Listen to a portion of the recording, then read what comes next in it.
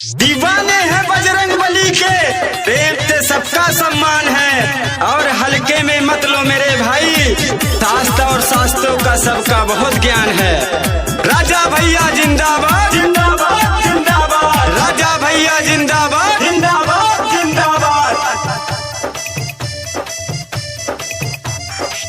कुंडा में आइला हो कुंडी लगावे, कुंडी लगावे बाबू कुंडी लगावे। कुंडा में आइला हो कुंडी लगावे, कुंडी लगावे बाबू कुंडी लगावे। आगे के काला तैयारी की आई फिर से राजा के बारी, भागे के काला तैयारी की आई फिर से राजा के बारी। राजा नंबर वन, राजा नंबर वन, राजा नंबर वन, राजा नंबर वन। भागे के काला तैयारी की आई फिर से राजा के बारी, भागे के काला तैयारी की आई फिर से राजा के बारी। आधी जिंदगी काट ले आधी जेल में कटेगी, आधी जिंदगी काट ले आधी जेल में कटेगी।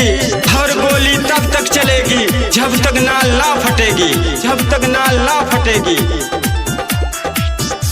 कुंडा के नाम हमें गोकुल के श्याम हो, गरीबा बन के जान हमें सबके यारुमान हो, हमें सबके यारुमान।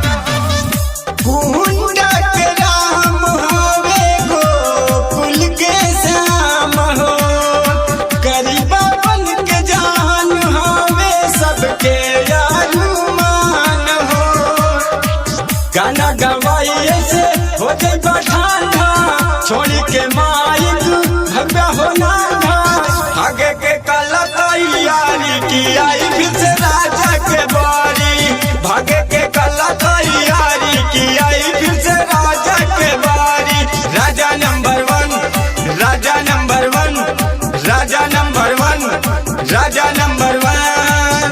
जिला तो बहुत देखले होइबे पर ऐसा ना, जिला प्रतापगढ़ के नाम सुन के अच्छा अच्छा के पसीना छूट जाला है बाबू। हमारे जिला में रह के हमारा से गद्दारी बहुत महंगा पड़ी रे बाबू। चहल